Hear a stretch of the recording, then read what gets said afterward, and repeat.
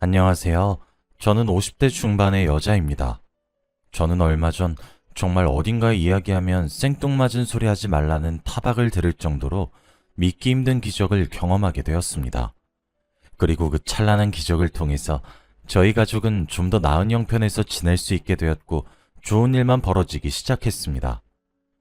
제가 이렇게 우리 부부가 살아온 이야기를 적어보내면 저 하늘에 듣고 계실 제 부모님들에게도 전해질까 그런 간절한 마음으로, 그래서 제 이야기가 닿길 바라는 마음으로 한자 한자 써내려가 봅니다. 우리 남편은 참 강하고 멋진 사람이었습니다. 가족을 위해 힘들고 굳은 일 다 도맡아 했었고, 부지런함도 어찌나 부지런하던지 항상 다른 사람들보다 일찍 일어나 하루를 서둘러서 시작했고 남들보다 늦게 하루를 마무리했습니다. 그래서 우리 집의 불은 다른 집들에 비해 항상 일찍 켜졌고 가장 늦게 꺼졌어요. 우리 남편은 그렇게 참 열심히도 가장 노릇을 했습니다. 벌써 제가 남편에게 시집 온 지가 30년이 되어가고 있어요. 우리 남편은 30년 평생을 한결같이 그렇게 열심히 살아갔습니다. 항상 가족을 우선시했고 그 중에서도 아내인 저를 가장 귀하게 여겨주었어요. 남편과 저는 부부금슬도 좋아 떡두꺼비 같은 아들도 둘이나 낳았습니다. 2살 터울의 아들 둘은 부지런한 제 아빠를 빼다 박았지요. 남편과 처음 결혼했을 적엔 남편의 직업은 회사원이었습니다. 그러나 회사의 구조조정으로 인해 퇴직금만 받고 회사를 나와야 했어요. 남편은 그 돈과 저희 집에 모아둔 적금 등을 합쳐서 장사를 시작했습니다. 사실 저희에게 그동안 많은 일들이 일어났어요. 전세금도 사기당해받고 돈도 떼먹혀받고, 그 외에도 여기 나열하자면 사흘 밤낮을 셀 정도의 아주 수많은 일들이 저희를 스쳐 지나갔어요. 그런데 남편의 가장 강점이 뭐였는지 아세요? 바로 긍정적인 마음이었습니다. 뭐든지 괜찮아, 다시 일어서면 돼 라고 입버릇처럼 말을 했어요. 그런데 우리 남편은 진짜 다시 일어서는 사람이었습니다. 오뚜기처럼 말이죠. 사기를 당했을 때도 돈을 떼먹혔을 때도 번번이 남편은 어떻게든 다시 일어섰습니다. 저희 가정을 위해서요. 마치 슈퍼맨 같은 사람이었습니다. 그렇게 남편은 계속해서 무언가를 열심히 해보려고 노력을 했어요. 그게 실패할지언정 말이에요. 7.8기란 말이 살아있다면 꼭 우리 남편같이 생겼을 거라 생각이 들 정도로 남편에게 좌절이란 없었어요. 그리고 결국 그렇게 남편은 꽤나 괜찮은 돈을 벌 수 있게 되었습니다. 반지하에 보증금도 없어서 이 집 저 집 돌아다니며 십시일반으로 빌려 모은 돈으로 살았던 저희 네 가족은 어느새 주택에서 살다 빌라에서 살고 있었고 아파트에 살 수 있게 되었습니다. 그때 남편은 자그마한 가게를 하나 꾸리고 있었어요. 남편은 정말 든든한 존재였습니다. 왜냐면 저희 가족에겐 단 한 번도 약해지는 모습 또는 무너지는 모습을 절대 보여준 적이 없거든요. 우리 가족에겐 항상 슈퍼맨이었고 세상을 구하는 영웅들보다 뒷모습이 멋진 사람이었죠. 그래서 저희들 모두 간과했던 것 같습니다. 남편은 어느 순간을 기점으로 체력이 급격히 떨어지기 시작했어요. 저희 아들 2명과 제 성화에 못 이겨 남편은 건강검진을 받게 되었고 그 결과는 너무 충격적이었어요. 남편의 병명은 간암이었죠. 평생 술과 담배는 입 근처에 갖다 대지도 않는 양반이었는데 대체 왜 간암에 걸린 건지 아무도 이해할 수 없었어요. 그래도 간암 2기 때 발견할 수 있게 되어 천만다행이었습니다. 하지만 당장 수술비가 너무 걱정이었어요. 저희 형편이 그렇게 넉넉한 편도 아니었고 남편의 암 진행 속도가 더 진행되기 전에 빠르게 수술을 해야 했거든요. 그때가 아마 큰아들이 22살이었고 작은아들이 20살이었을 겁니다. 친인척들에게 이리 뛰고 저리 뛰며 돈을 구하려고 하던 그 시기였습니다. 하지만 그렇게 큰 돈을 쉽게 구할 순 없었어요. 아무리 지원을 받는다더라도 저희가 부담해야 하는 금액이 있는데 그것마저 아슬아슬한 상태이니 참 많이 난감하던 나날들의 연속이었고 남편과 아이들 몰래 뒤에서 눈물도 많이 흘렸는지 모릅니다. 그런데 그때 저희 가족에게 기적이 일어나게 되었어요. 그날따라 참 하늘이 맑고 푸르른 날이었죠. 구름 한 점 없이 맑게 개인 그런 날씨요. 성인이 되고 난 이후 귀여운 맛이 다 사라진 저희 큰아들이 100m 밖에서부터 엄마 하면서 폴짝폴짝 뛰어왔습니다. 넘어질라, 천천히 와! 라는 제 말에 큰아들은 본인을 진정시키는 듯 하더니 차분하게 오기 시작했어요. 하지만 촐싹거리는 발걸음에 큰아들의 신남을 다 감출 순 없었죠. 나이 들면서 점점 무뚝뚝해지고 무심해진 큰아들을 보면서 저는 참 의아했습니다. 큰아들, 무슨 일이야? 왜 이렇게 신이 났어? 제 말에 큰아들이 제게 손바닥만한 종이를 반으로 접은 걸 하나 내밀더군요. 엄마, 이거 뭐게? 라고 즐겁게 웃으며 묻는 큰아들의 말에 뭐길래 이래? 라며 아들이 준 접힌 종이를 펼쳤습니다. 그것은 로또 용지였어요. 요즘 로또도 사는 거야, 우리 아들? 다 컸네? 라고 대답했더니 큰아들이 그러더군요. 엄마, 나 2등 당첨됐어요. 로또 2등이요. 그런데 5줄이나 당첨돼서 나 3억 넘게 수령해요. 내가 아빠 병원비 벌었다고요. 저는 정말 그때를 생각하면 아직도 헛웃음이 나올 정도로 그때도 참 많이 당황했죠. 큰아들의 말이 다 믿기지가 않아서 제가 직접 인터넷에 로또 번호를 검색했어요. 제가 직접 종이와 맞춰보고도 믿겨지지 않아서 참 얼떨떨했습니다. 아들에게 어떻게 이런 생각을 했냐고 물어봤어요.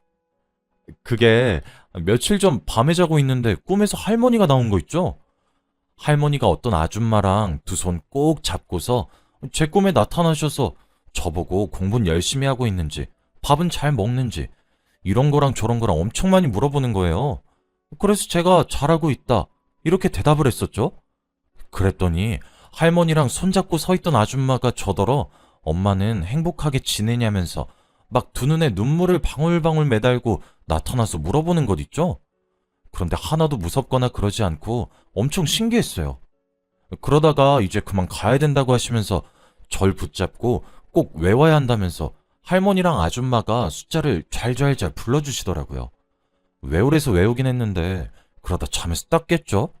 그런데 좀 꿈자리가 뒤숭숭한 그런 느낌이 계속 들었단 말이에요. 하루 종일 숫자들이 머릿속에서 떠나지도 않고. 그러다가 집에 오는 길에 문득 편의점에 갔더니 로또를 팔고 있더라고요. 나도 근데 진짜 홀린 듯이 샀어요. 아, 근데 진짜 번호 하나는 아무리 머리를 쥐어짜내고 고민을 해도 도저히 기억이 나질 않는 거예요. 그래서 에라 모르겠다 하고 아무거나 찍어서 그렇게 5줄 샀죠. 그런데 대박. 로또 번호에서 그거 하나만 안 맞는 거 있죠? 아, 진짜 내가 제대로 외웠으면 이거 1등짜린데. 라고 조잘조잘거리며 대답을 하더라고요. 살아생전에 시어머니께서 저를 그리도 많이 아껴주셨어요. 남의 집 귀한 딸이 산전수전 공중전까지 겪다가 아들놈에게 시집까지 왔는데도 불구하고 넉넉지 않은 형편에 고생만 시키게 해서 미안하다며 매번 제 손을 꼭 부여잡고 딸처럼 귀하게 대해주셨어요. 어디 먼 나라에서는 친정에다 지창금까지 쥐어주면서 신부를 귀하게 모셔온다고 하는데 우리 형편에 그러진 못하니 맛있는 거라도 내가 많이 해주겠다고 입버릇처럼 말씀하셨죠. 그래서 항상 시댁에 가면 부러질 것 같은 상다리 위에는 온통 제가 좋아하는 반찬들로만 가득하게 차려놓으셨어요. 사실 저는 천의 고아와 다름없는 사람이었습니다. 부모님이 어렸을 적에 사고로 한날 한시에 함께 돌아가셨기 때문에 친척들 집을 전전하면서 눈칫밥을 먹으며 살았어요. 부모 없이 자라서 못 배웠다는 말도 우스울 정도로 많이 들어봤고 그렇게 위축된 삶을 살아왔었어요. 그랬던 제게 시어머니는 어머니와 같은 존재가 되어주셨습니다. 딸이 없으셔서 그동안 얼마나 적적했는지 모른다고 말씀하셨던 시어머니는 돌아가시기 직전까지 제게 큰 사랑만 베풀다 돌아가셨었거든요. 돌아가시기 전에 절 붙잡고 그러셨죠. 처음에 며느리 될 아이가 부모 없이 자랐단 말을 듣고 그리 마음에 들진 않았다고 합니다. 시어머니도 남편을 일찍 잃으셨어가지고 시어머니 홀로 남편을 키워내셨거든요. 그래서 가르쳐야 할 것이 얼마나 태산 같을까 싶기도 했고 아집이라도 있으면 어쩌나 걱정을 얼마나 했는지 모르겠대요. 그런데 남편 될 사람 어머님께 인사드리겠다고 자기 구두는 꼬질꼬질해서 다 떨어진 신발을 신고서는 제일 좋은 한우 고기를 사오는 마음이 무척 예뻐 보였고 눈칫밥을 얼마나 많이 먹었는가 가늠이 되지 않을 정도로 누나를 도록도록 굴리며 긴장하는 모습을 보고 생각하셨다 하더군요. 아, 내가 선입견을 가졌구나. 어쩜 그렇게 매정하게 생각을 했을까? 우리 아들도 애비 없는 자식이라 그렇게 무시를 당하면서 내가 가슴이 얼마나 아팠는데, 그 사람들을 얼마나 욕을 했는데 내가 그 사람들과 다를 바가 없구나 라고 생각하셨다고 하더라고요. 그래서 저를 며느리보다는 딸처럼 여기겠다고 첫 만남에 결정을 하셨다 하시더군요. 저는 몰랐는데 어머니에게는 기워 신었던 제 운동화, 가죽이 벗겨져서 매직으로 칠하며 신었던 제 구두가 그렇게 가슴을 저미게 할 수가 없었다고 하시더군요. 어쩐지 어머니는 제게 신발만큼은 좋은 것을 사다 주셨어요. 백화점에서 말이에요. 이러지 마셔라 하셔도 그럴 수 없다며 고집을 피우셨던 유일한 부분이었죠. 부모의 정이 없이 모르고 잘할 수밖에 없었던 제게 시어머니는 모녀지간의 정을 알려주었고 가족 간의 가슴절절한 사랑을 알려주신 그런 고마운 분이셨어요. 오죽하면 어머니를 보내드리는 과정에서도 어머니를 잃은 남편보다 제가 더 울다 지쳐 졸도를 3번이나 했으니 제게 얼마나 큰 사랑을 베푸셨는지 아시겠죠? 시어머니께 항상 말을 했었어요. 어머니, 이러지 않으셔도 저는 너무 큰 사랑을 받고 있으니 이러지 마셔라 하셔도 어머니는 항상 제 말을 무시하셨어요. 아가, 내가 죽으면 너를 낳아주신 엄마를 뵈러 가야지 않겠니? 일찍 하늘로 가셔서 질문도 하지 못하고 그저 하늘에서 숨죽이며 네가 커가는 모습만 잠자코 보실 수밖에 없으셨을 거야. 내가 죽어서 하늘로 가서 널 낳아주신 어머니며 아버지며 만나면 내게 얼마나 많은 질문을 던지겠니? 난 이만큼 오래 살았는데 다 늙어서 구박받고 싶지 않다. 나중에 내가 너희 부모님한테 며느리 잘 낳아주셨습니다 하고 큰 소리 빵빵 치고 싶어서 이런 거 해주는 거야. 그리고 이거 생색내는 건 맞으니까 너도 나중에 말을 좀 잘해줘야 한다 라고 개구지게 웃으시면서 말씀하셨었죠. 시어머니는 돌아가시는 그 순간까지 제 걱정만 하시다 돌아가셨어요. 남편에게도 제가 외로움을 많이 타는 사람이니 꼭 오래오래 살라고 신신당부하시면서 돌아가셨죠.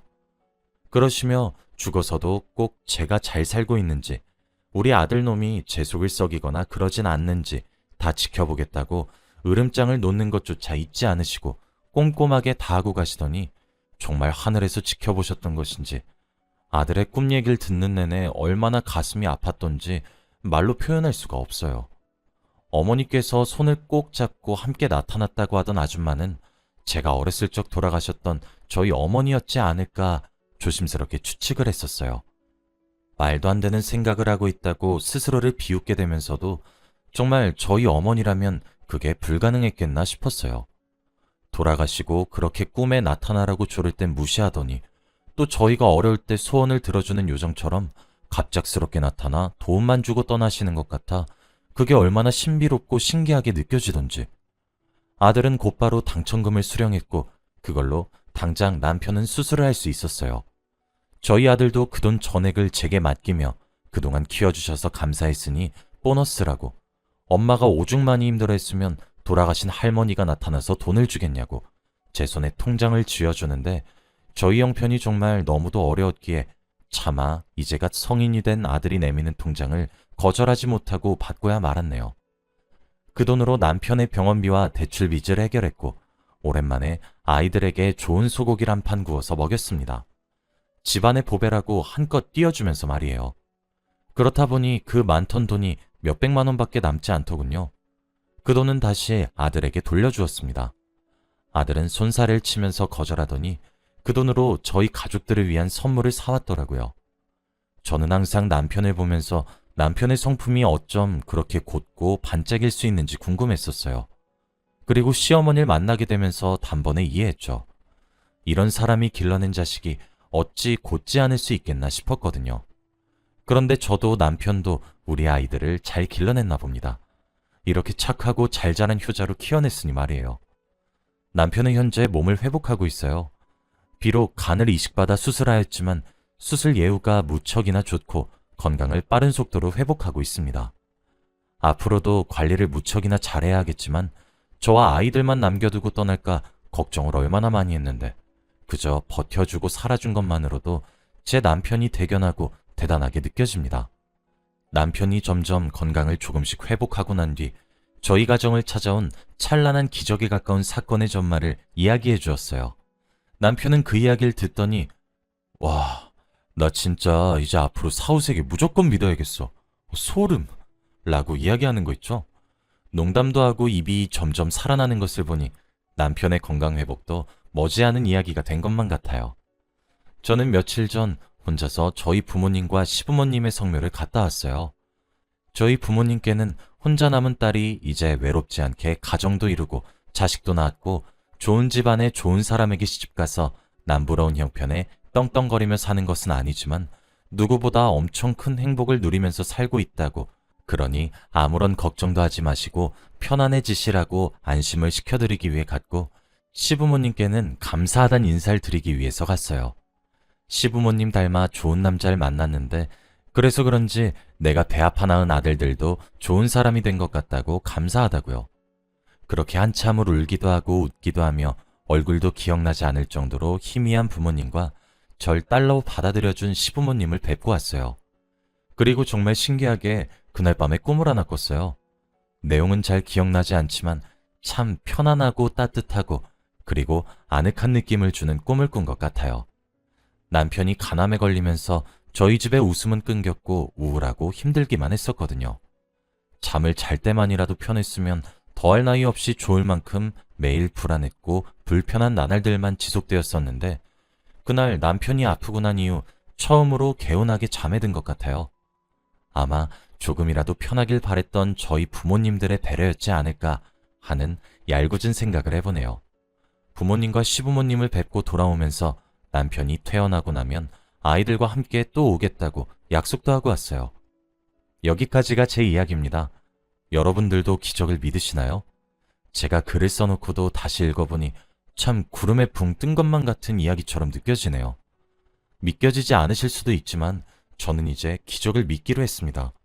그리고 하늘에서 보고 계실 저와 남편의 부모님들의 얼굴에 먹칠하지 않기 위해 이제껏 해왔듯이 열심히 잘 살아보려고 합니다. 혹시 여러분들도 지금 기적을 바랄 정도로 힘드신 분이 계실까요? 그렇다면 저는 포기하지 말라는 말을 해드리고 싶어요. 저도 포기하고 싶었지만 꾹 참고 버텼더니 기적을 맛보게 되었거든요. 여기까지가 제 이야기입니다. 긴 이야기 들어주셔서 감사해요. 여러분들 가정에도 행복하고 평화로운 나날들만 함께 하시길 바라며 이만 글을 마칩니다. 감사합니다.